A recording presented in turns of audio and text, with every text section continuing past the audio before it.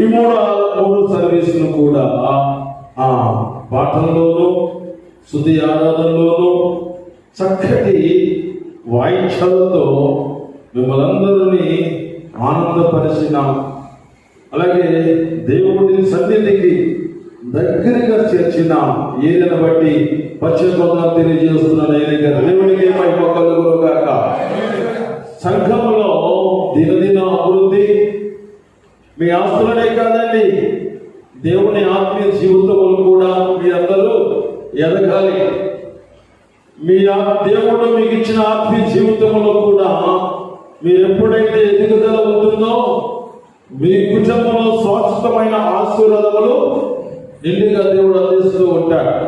నా ప్రియమైన దేవుని బిడ్డలారా, నువ్వు ఎప్పుడైనా మందిరానికి వెళ్ళి ప్రార్థన చేసుకుని వెళ్ళిపోదాం అనుకుంటే కుదరదు. కానీ ప్రభువా, ఈ ఇలువ లేని నాకు నాయన నాకు ఇలువను ప్రభువా, నాకు ఇచ్చిన తలంపుని నువ్వు వాడుకో ప్రభు అని ఎవరైతే మందిరంలోకి వచ్చి ప్రభు సన్నిధిలో పెడతారో ప్రతి ఒక్కరికి ఆయన దగ్గర అనేకమైన ఫలాలు ఉన్నాయి, అనేకమైన వరములు ఉన్నాయి.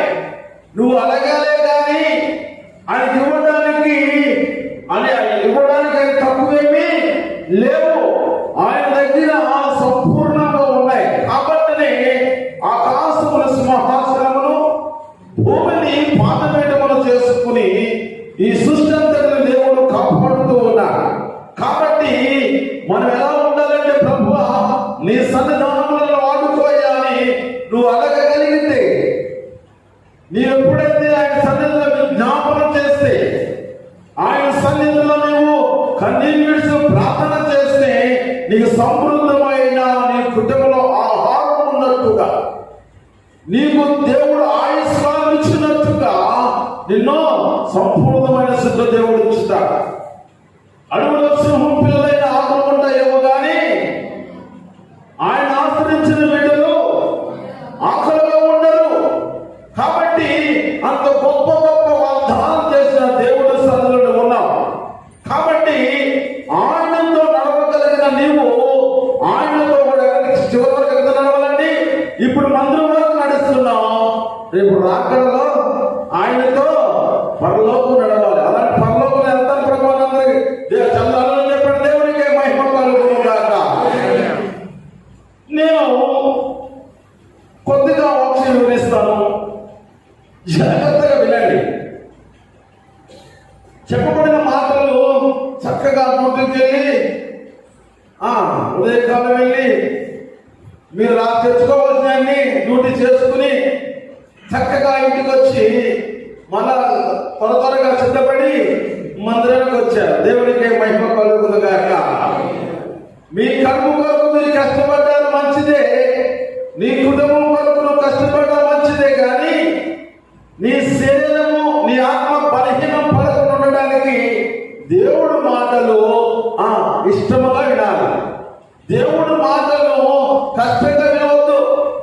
దేవుడు మాటలు ఇష్టంగా విన్నప్పుడు నా ప్రియారా, ఉదయకాలం నుండి ఇప్పుడు కష్టపడ్డ కష్టమంతా పోతుంది నువ్వు ఇష్టంగా దేవుడు వాక్యం వింటే. ఉదయకాలం నుండి సైకిల్ తొక్కుకుంటాను, ఆటోలో వెళ్తాను, లేదా బస్సులో వెళ్తాను, బండి మీద వెళ్తాను, నువ్వు ప్రయాణం చేస్తావు, నువ్వు అలసిపోయి ఉండవచ్చు. అయినప్పటికీ ఆ అలసటని మనిషి నువ్వు ఎక్కడికి చెప్పండి, దేవుడు సన్నిధికి వచ్చావు. ఎందుకంటే ప్రభా, నేను ఇలా కష్టపడ్డాను, నా ఆరోగ్యం ఇచ్చావయ్యా, నేను కష్టపడ్డాను నా ప్రభు నాకు శక్తి ఇచ్చావయ్యా, నువ్వు ఇచ్చిన శక్తిని అయినా 6 దినాలు మా కొరకు కష్టపడమని చెప్పు, 7 దినాలు కనుక నా మందిరం రమ్మని చెప్పు. నీ పిలుపుకు లోబడి నీ మందిరానికి వచ్చాను ప్రభా ఆయనని. ఆయన సన్నిధికి వచ్చి నువ్వు ఆయన సన్నిధిలో మొదలుపెడుతున్నావు, ఆయన సన్నిధిలో ఉన్నావు కనుక ఆయన ఏం చెప్పండి, నీ పాదములకు రాయి తగలకుండా పరలోకముల దేవదూతలకు ఆజ్ఞాయిస్తాడు దేవుడు. దేవునికి మహిమ కలుగునుగాక. ప్రియులారా, ఈరోజు 4 చూపుల గురించి చెప్పాలనుకుంటున్నా. మనుషులు 4 చూపులు చూస్తూ ఉంటారు. పై చూపు, పక్క చూపు, ఈ పక్క చూపు, లేకపోతే కింద చూపు కూడా మానవుడికి సహజం.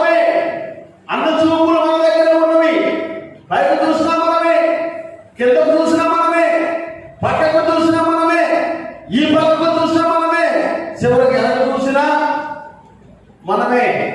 ఒక్కొక్క చూపు కొరకు నేను వివరిస్తాను, ఒక జాగ్రత్తగా వినండి. నా ప్రియమైన దేవుడు బిడ్డలారా, దేవుడు మిమ్మల్ని హెచ్చిస్తే, దేవుడు మిమ్మల్ని లోకములు హెచ్చిస్తే హెచ్చులోనికి పోతారు చాలా మంది. దేవుడు మిమ్మల్ని ఈ మూలంలో ఆసక్తి హెచ్చిస్తే హెచ్చులోనికి గొప్పలు చెబుతారు, గొప్పలుగా తిరుగుతారు, గొప్పలుగా తనని లోకానికి పరిచయం చేసుకుంటూ ఉంటారు. అని హెచ్చించేవాడే నీ దేవుడిని హెచ్చించాడు.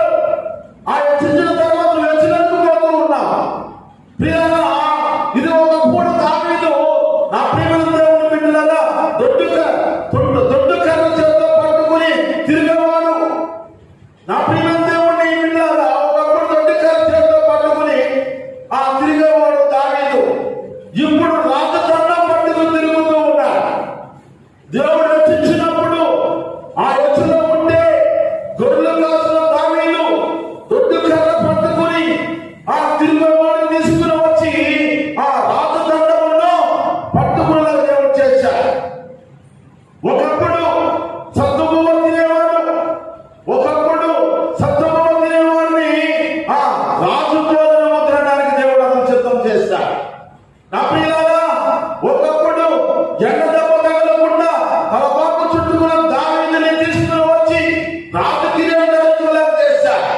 రాజు కిరీటం పెట్టుకు తిరుగుతూ ఉన్నాడు దావీదు.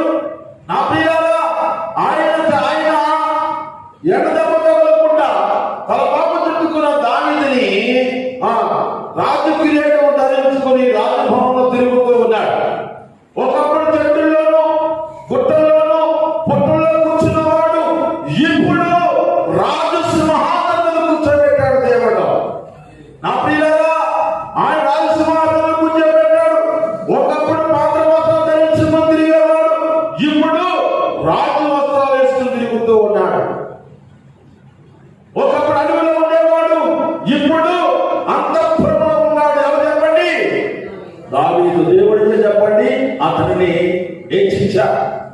ఒకప్పుడు గొర్రెల కాపరిగా ఉన్న దావీదు ఇప్పుడు ఇశ్రాయేలు ఏలుకునిగా మారాడు.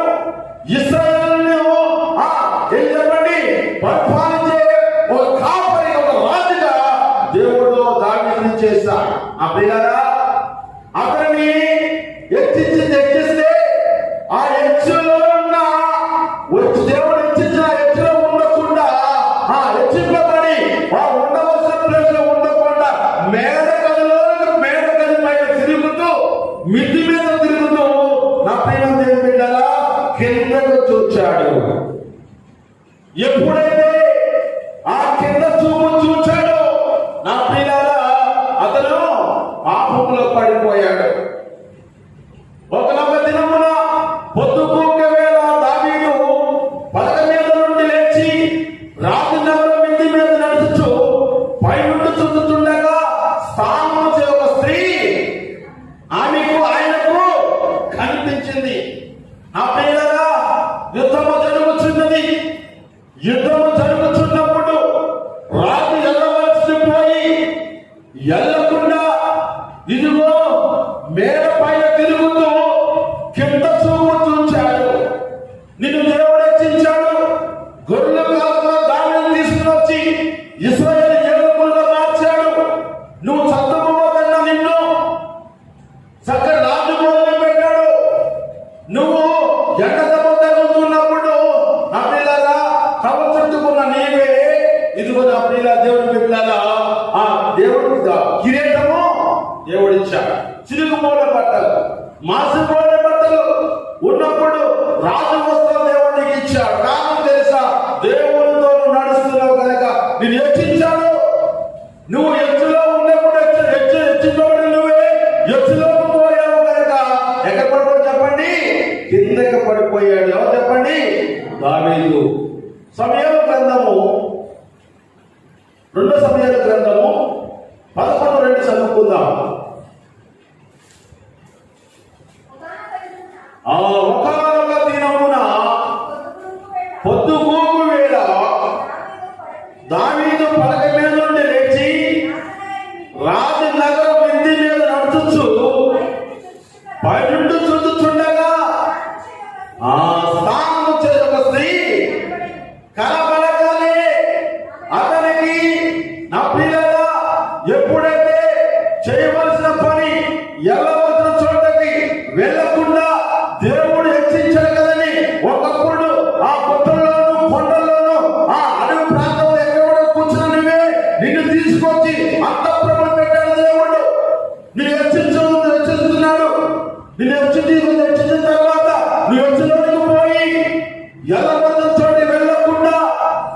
నీవు మేడ మీద తిరుగుతుంటే ఆ చూడరాని విషయం చూచావు, పడరాని పాపంలో పడిపోయావు. చాలా మంది అండి దేవుడిని ఆశ్రదించిన తర్వాత, దేవుడిని దీవించిన తర్వాత నీవు కింద చూపు చూస్తూ ఉంటావు.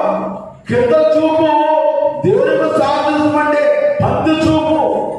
పంది ఎప్పుడు కిందనే చూసుకుంటూ పోతుంది. అది మరణం వరకు వెళ్ళే వరకు బయటకు ఆకాశం ఉన్న సంగతి దానికి తెలియదు.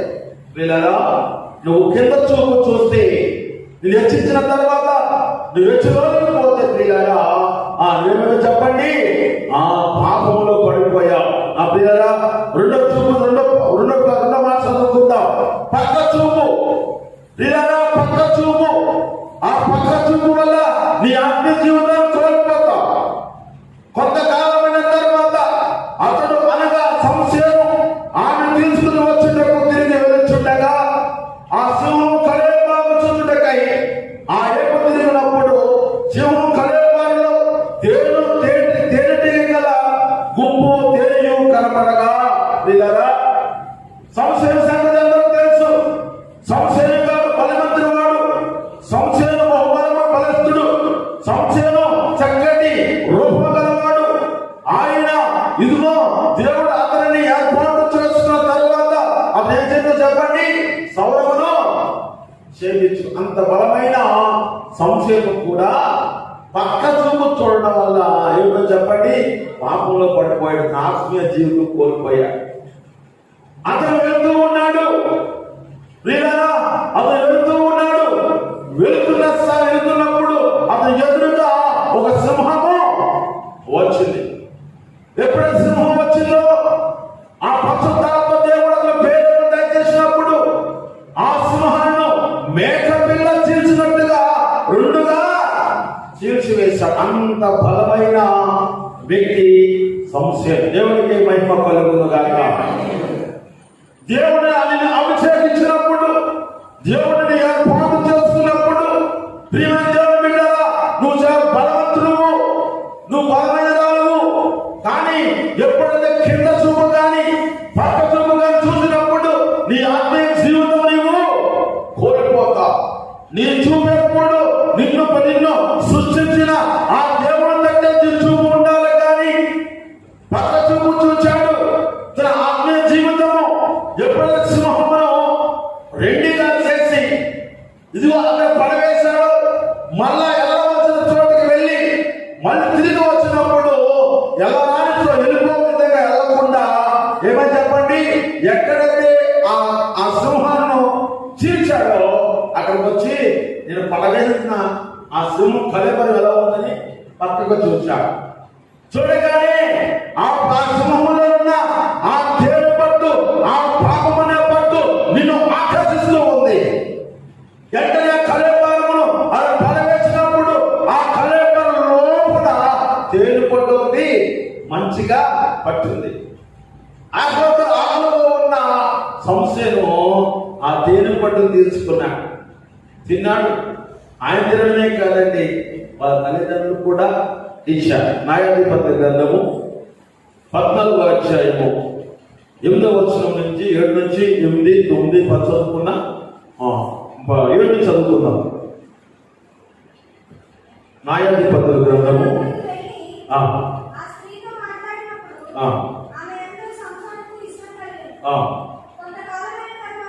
అలాగైన తర్వాత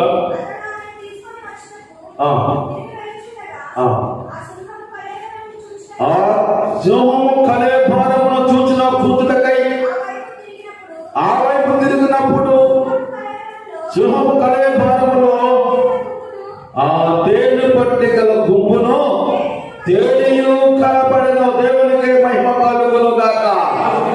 దేవుడు ఒకసారి నీకు ఆశీర్వాదంలోకి వచ్చినప్పుడు, ఒక్కసారి నువ్వు పాపములు విడిచి ప్రభు తట్టు చూసినప్పుడు మరలా ఆ పాపం వైపు చూస్తే నువ్వేమో చెప్పండి, పాపములో పడిపోతావు. ఆ పక్క చూపులేక చూడవద్దు. దేవుడు నీవు 5 నుండి 14 వరకు 15 వరకు చదువుకుంటే లేక గ్రంథమంతా చదువుకున్నా మీకు బాగా అర్థమవుతుంది. సంస్థను ప్రత్యేకించాడు దేవుడు. ఆ సంస్థను ప్రత్యేకించి అతనిని తన బిడ్డగా వాడుకున్న కాలంలో అతను ఒక స్త్రీని ఇష్టపడినప్పుడు, ఆ స్త్రీని చూడడానికి వెళ్తున్నప్పుడు, ఇదిగో వెళ్తున్నాడు మంచిదే గాని దాని ఏమని చెప్పండి, సింహం ఎదురు రాగానే. నా ప్రియారా, ఎప్పుడైతే సింహం ఎదురొచ్చిందో యెహోవా అతనికి పేరు కలగగా అతని చేతిలో ఏమీ లేకపోయినో ఒక మేక పిల్ల చీల్చినట్టుగా చీల్చి పడవేసి వెళ్ళిపోయాడు. సంశయం తన పని కొరకు కొంతకాలం అయిన తర్వాత వస్తూ పోయినోడు పోవచ్చుగా, వెళ్ళిపోవచ్చుగా. ఆ ప్రాంతం రాగానే ఏం చెప్పండి, పక్కకి చూశాడు. నా అపవిత్రత, పరిశుద్ధాత్మను, పవిత్రమైన దేవుడు ఇచ్చిన ఆత్మను, బలమును కోల్పోయాడు. ఆ పిల్లల దీవించబడ్డ నీవు, ఆశ్రదింపబడ్డ నీవు, బాప్తిస్మము రక్షింపబడ్డ నీవు ఏ చూపు చూడకూడదండి, కింద చూపు చూడకూడదు, పక్క చూపు చూడకూడదు. నా పిల్లల మరొక పక్క చూపు చూద్దాం. వారి పక్క చూపులు పడిన ఏమైపోతుందో, లోకం అనే సముద్రం పడిపోతారు చాలా మంది. ఈ పక్కకు చూడగా లోకం అనే సముద్రం పడిపోతారు. నా పిల్లలా, గాలిని చూసి భయపడి మునుకుపోసాగగా ప్రభువా ప్రభువా నన్ను రక్షించుము అన్నాడు. నీటి మీద దేవుడు నడుస్తూ ఉన్నాడు. 12 మంది ముందుగా దేవుడి కంటే ముందుగా ప్రయాణిస్తూ ఉన్నారు. ఆ పడవలు ప్రయాణిస్తున్నప్పుడు ఆయన దేవుడి కంటే ముందుగా, యేసు ప్రభు కంటే ముందుగా తన శిష్యులు 12 మందిని పంపిస్తున్నప్పుడు వదిలిపోతూ ఉన్నారు. యేసు ప్రభు అయితే ప్రియులారా ఆ సముద్రం మీద నడుస్తూ వచ్చినప్పుడు భూతమనికి భయపడ్డారు. భూతమని భయపడినప్పుడు ప్రభు వారు అంటున్నారు కదా, నేనే అని చెప్పగానే అందరూ ఆశ్చర్యపోయారు. ప్రభువా, నువ్వు నీటి మీద నడుస్తున్నావయ్యా, నేను కూడా నడుస్తాను ప్రభు అని ఎప్పుడైతే పేరు అడిగాడో వెంటనే రమ్మని పిలిచాడు. నా ప్రియమైన దేవుని బిడ్డలారా, రమ్మని పిలిచిన మత్తయి సువార్త 14వ అధ్యాయము 30 చదువుకుందాం. 29 చదువుకుందాం. ఆయన రమ్మనగానే పేతురు దోణి దిగి యేసు నొద్దకు వచ్చి యేసు నొద్దకు వెళ్ళుటకు నీటి మీద నడిచెను. కానీ గాలిని చూచి భయపడి మునిగిపోసాగి ప్రభువా నన్ను రక్షించమని కేకలు వేచెను. నా ప్రియులారా, ఈ పక్కకు చూసినప్పుడు లోకం అనే సముద్రంలో మునిగిపోతున్నాయో జాగ్రత్త.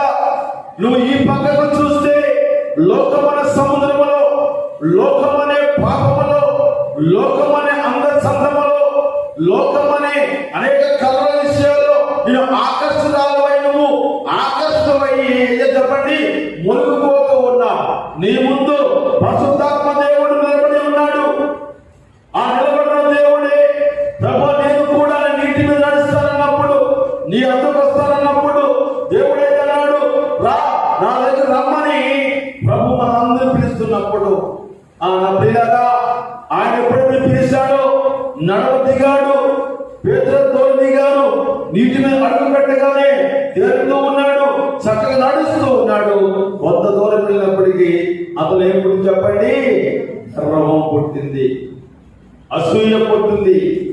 నేను తప్ప దేవుడు తర్వాత నేనే సముద్రం నడుస్తున్నాను. ఒక గర్వము, ఒక అసూయ ఆయన కలిగి ఉండవచ్చు. వెంటనే 11 మంది వెనుక తట్టుతుంచాడు.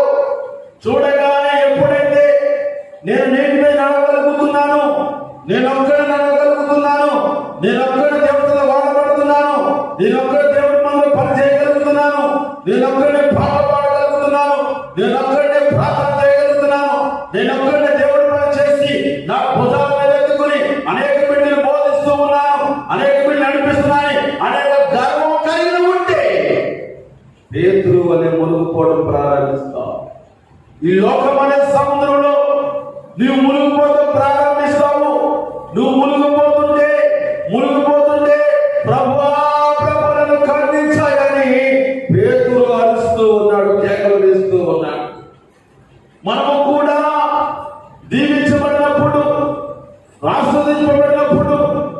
నీవు బాప్తిస్మం పొంది రక్షింపబడినప్పుడు దేవుడితో నడుస్తూ ఉంటావు. నువ్వు నడిచిన చేపు బాగానే ఉంటుంది, కానీ నీ హృదయంలో నీకు అసూయ గర్వం పుట్టినప్పుడు ఏదో లోకమైన సముద్రంలో మునిగిపోతూ ఉంటావు. దేవునికి మహిమ కలుగును గాక.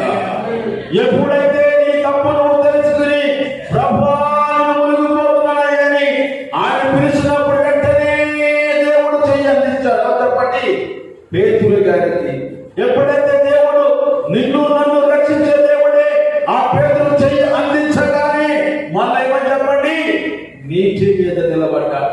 నా ప్రియులారా, నీవు కింద చూపు చూస్తే నీకు ఇచ్చే ఖర్చులోంచి కిందకు పడిపోతావు. నీ పక్క చూపు చూస్తే నీ ఆత్మ జీవితం కోల్పోతావు. ఈ పక్కకు చూస్తే నా ప్రియులారా నీ లోకమైన సముద్రం మునిగిపోతావు. గర్వం అనే మాట దుష్టుల ఆలోచన చెప్పిన నడవక, పాపుమారు నిలవక, అపహాసులు కూర్చున్న చోట కూర్చుంటారు. ప్రియులారా, నీ ఆత్మీయ జీవితంలో నిలబెట్టుకోవాలంటే, నీ దేవుడికి ఇచ్చిన తలంతును నువ్వు నిలబెట్టుకోవాలంటే దుష్టులున్న చోట నువ్వేం చేయాలా? కూర్చోవద్దు. అపహాసులు కూర్చున్న చోట కూర్చోవద్దు. ఎప్పుడు యెహోవా ధర్మశాస్త్రమందు ఆనందిస్తూ ఉండాలి. యెహోవా ధర్మశాస్త్రం ఆనందించగలిగి ఉంటే నా ప్రియులారా, మొదటివారిగా ఉంటారు, కలవటి కావాలనే ఉంటారు. ఎప్పుడు తెలుసా? ఆయన ధర్మశాస్త్రం ప్రతిరోజు జ్ఞానం చేస్తున్నప్పుడు, ప్రతిరోజు దేవుడు వాక్యం చదువుతున్నప్పుడు, ప్రతిరోజు దేవుడి సన్నిధిలో ప్రార్థన చేసినప్పుడు, నీ కుటుంబంలో ఇంట్లో నువ్వు కుటుంబ ప్రార్థన చేసినప్పుడు నా ప్రియులారా నీవు ఆత్మీయ జీవితాన్ని నీవు కాపాడుకుంటావు. ప్రియులారా, వెనక చూపు. నా ప్రియులారా, కిందకు చూచాడు. ఎవరు చెప్పండి? దావీదుగా దశలో ఉన్నాడు. ఆనాడు హెచ్చించబడ్డాడు, వెచ్చలోకి పోయాడు, పాపంలో పడిపోయాడు. పక్కకు చూచాడు. నా ప్రియులారా, సంవత్సరం ఈ పక్కకు చూచాడు. ఈ పక్కకు చూడగానే ఎవరు చెప్పండి? తన ఆత్మీయ జీవితం కోల్పోయాడు. ఇదిగో ఈ పక్కకు చూసి లోకమైన సముద్రం చూసినప్పుడు లోకంలో మునిగిపోతూ దేవుడు నీకు తలంతు నువ్వు కోల్పోతూ ఉన్నావు. నా ప్రియులారా, వెనక చూపు. అయ్యా, ఈ ప్రాంతంలో 50 మంది ఉంటే నువ్వు రక్షిస్తావా? 20 మంది ఉంటే నువ్వు రక్షిస్తావా? 10 మంది ఉంటే రక్షిస్తావా? 5 రక్షిస్తావని అబ్రహాము గారు దేవుణ్ణి అడుగుతూ ఉన్నాడు. అబ్రహాము, నేను ఈ పట్టణాన్ని నేను నాశనం చేస్తున్నాను, కాబట్టి ఆ పట్టణం నాశనం చేస్తానని అబ్రహాముకు చెప్పి దేవుడు బయలుదేరుతూ ఉన్నాడు. అప్పుడు అబ్రహాము దేవుడికి అడ్డపడి, అయ్యా ఆ పట్టణంలో 50 మంది ఉంటే రక్షిస్తావా? రక్షిస్తావా? మళ్ళా డౌట్ వచ్చింది అబ్రహాము గారు, అయ్యా ఒక 40 మంది ఉంటే రక్షిస్తా. ఒక 10 మంది ఉంటే ఆయన రక్షిస్తానగానే ఆయన లెక్క తగ్గుతూ ఉంది అబ్రహాము గారికి. 10 మంది ఉన్నారని రక్షిస్తానన్నాడు దేవుడు. అయ్యా ఒక 5 ఉంటే రక్షిస్తానన్నాడు. ఇంకా మాట అనకముందే అక్కడ దేవుడు అక్కడి నుంచి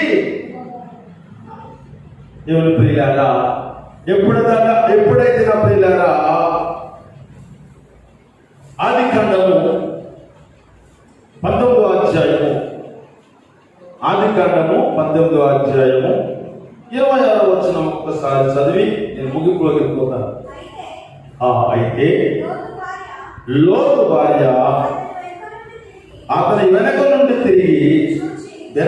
తిరిగి చూచి ఉప్పు స్తంభం ఆయను. ఆ ప్రియులారా,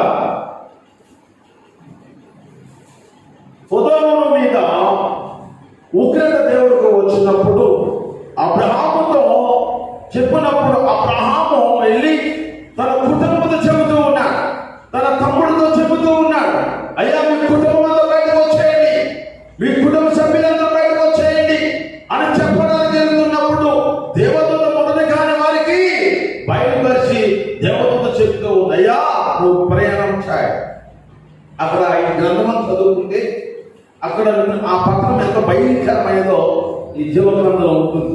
వివరించడానికి సమయం లేదు కనుక నేను ముందుకెళ్ళిపోతూ ఉన్నాను. నా ప్రియులారా, ఎప్పుడైతే లోతు గారి కుటుంబాన్ని బయలుదేరి వెళ్ళమని దేవదూతలు చెబుతున్నప్పుడు, నా ప్రియులారా, అతను ప్రాణం ఎత్తున్నాడు. నువ్వు ఏ పట్టుకెళ్ళే అవకాశం లేదు, కానీ మొదలుగా నీ ప్రాణం కాపాడుకో, నీ కుటుంబ ప్రాణాన్ని కాపాడుకో అని చెప్పి దేవదూతలు చెబుతున్నప్పుడు వాళ్ళు ప్రయాణిస్తున్నారు, వెళ్తున్నారు. ఆ కంటైనర్ కనపడిన దూరం వెళ్ళండి, పక్కకి వెళ్ళేటప్పుడు వెనక్కి తిరిగి చూడవద్దని దేవతలు ఆజ్ఞాపించారు. అప్పుడు ఒంటి మీద పక్కన తప్ప వారేం తీసుకోవడం లేదు, కానీ ఆ స్త్రీకి ఆశ కలిగిందండి. యో ఇప్పుడు సంపాదన తవ్వుకుపోయింది, ఏమైపోతుందో అని ఆ మత్తులో కానీ వెనక్కి తిరిగి చూచింది. ఏమైపోయింది చెప్పండి? ఉప్పు స్తంభం అయిపోతుందిలారా. దేవుడు మాటలు విని కింద చూపులు పక్క చూపులు, ఆ ప్రియమైన దేవుడు బిడ్డరా, ఈ పక్క చూపులు ఆ పక్క చూపులు చూస్తే ఇది కలిగే ఉగ్రత ఈ విధంగా ఉంటుంది. నా ప్రియమైన దేవుడు బిడ్డరా, నువ్వు దిక్కులు చూడకుండా, నా ప్రియరా, ఆయన వైపు నువ్వు చూసగలిగితే, ఆయన వైపు నువ్వు చూడాలి. విశ్వాసంతో కట్టేస్తాను కొనసాగించే యేసు ప్రభు చూడాలి, ఆయన కట్టు చూడాలి.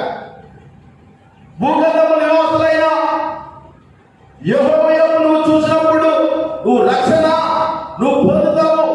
నీ స్థితిగతులను మరచి నువ్వు చూడవలసిన నువ్వు చూడగలిగితే గొప్ప అద్భుత దేవుడి పట్ల జరిగిస్తాడు. మొదటిగా యేసయ్య వైపు చూస్తే నీకు రక్షణ కలుగుతూ ఉంది. నువ్వు ఆ పక్కకో ఈ పక్కకో కింద పక్కకో చూస్తే ఉపయోగం లేదు, కానీ యేసయ్య వైపు చూస్తే నీకేకతుంది రక్షణ కలుగుతుంది. యేసయ్య వైపు చూస్తే నీ ముఖానికి వెలుగు కలుగుతుంది. యేసయ్య వైపు చూస్తే నీ ముఖానికి ఉన్నది వెలుగు కలుగుతుంది. యేసయ్య వైపు చూస్తే నిన్ను సిగ్గుపడనీయుడు. దేవుడి వైపు చూస్తే నిన్ను సిగ్గుపడనీయుడు. యేసయ్య వైపు చూస్తే నా పిల్లరా నీ గొప్ప ఒప్పందం వస్తుంది. అలాగే యేసు వైపు చూస్తే విశ్వాసం పరుగు పందులు ఓపికతో నీవు పరిగెత్తగలవు. దేవునికే మహిమ కలుగును గాక. నువ్వు యేసయ్య వైపు చూసినప్పుడు విశ్వాసంలో పరుగు పందులు ఓపికతో నీవు పరిగెత్తగలవు. యేసయ్య వైపు చూస్తే నీకు వ్యతిరేకమైన అన్ని నీ పాదాల పీఠల కిందకు వస్తాయి. నువ్వు చూడవలసిన ఆ యేసయ్య వైపు చూస్తే ప్రియులారా, నీవు వ్యతిరేకమైన శత్రువులని శ్రమని నీ పాదాల కిందకి దేవుడిలో ఆయన వాటిని తీసుకుని వస్తాడు. కాబట్టి ఆ మహాబలస్తుడైన బలమైన ఆ గొలియాతును కూడా దేవుడు చెప్పండి తన దావీదు పాదాలకు తీసుకుని వచ్చాడు. మహాబలస్తుడు ఎత్తుగలవాడు, ఆయన పక్షముగా దావీదు పక్షముగా దేవుడు యుద్ధము చేశాడు. అంత బలమైన వాడిని తీసుకుని వచ్చి దావీదు పాదాల యొద్దకు పడవేశాడు. దేవునికి మహిమ కలుగునుగా. నీ జీవితంలో కూడా శ్రమలు బాధలు కష్టాలు నేనున్న నీ పాదాల ముందే బోర్లు పడతాయి. ఎప్పుడైతే అటు ఇటు కిందకి పైకి చూడకుండా నువ్వు చూడవలసిన చూపు ఆకాశం తట్టు చూడాలి. ఆకాశం సింహాసనమైంది. ఆయన యోగము పెద్దల చేత కేవలం దేవదూతలు కోట్లాది కోట్ల దేవతల చేత శుద్ధింపబడుతూ ఉన్నాడు. ఆయన రేయి పగలు పరిశుద్ధుడు పరిశుద్ధుడు పరిశుద్ధుడని ఆయన శుద్ధిస్తూ ఉన్నారు దేవదూత. ఆ శుద్ధింపబడుతున్న యేసయ్య తట్టు మనం చూడగలిగితే, ఆ యేసయ్య తట్టు నువ్వు కళ్ళెత్తి నువ్వు పై చూపులు చూస్తే నా ప్రియులారా, దేవుడిని బహుగా దీవించేవాడే ఉన్నాడు. కాబట్టి దావీదు వల్లే ఇచ్చించాడు, కానీ పొరపాటున తన తప్పు తాను తెలుసుకుని దేవుడి దగ్గర అన్నిటితో దావీదు గారు ప్రార్థన చేసి, ప్రభువా నా తప్పుని క్షమించు. ఆయన పశ్చాత్తాపడితే ఎలా పడుతుంది? ఆయన పశ్చాత్తాపడితే ఆయన మోకరించుకున్న పరుగు ఆయన కన్నీటి ప్రార్థన కన్నీటితో ఎలాడుతూ ఉందంట. దేవునికి మహిమ కలిగింది.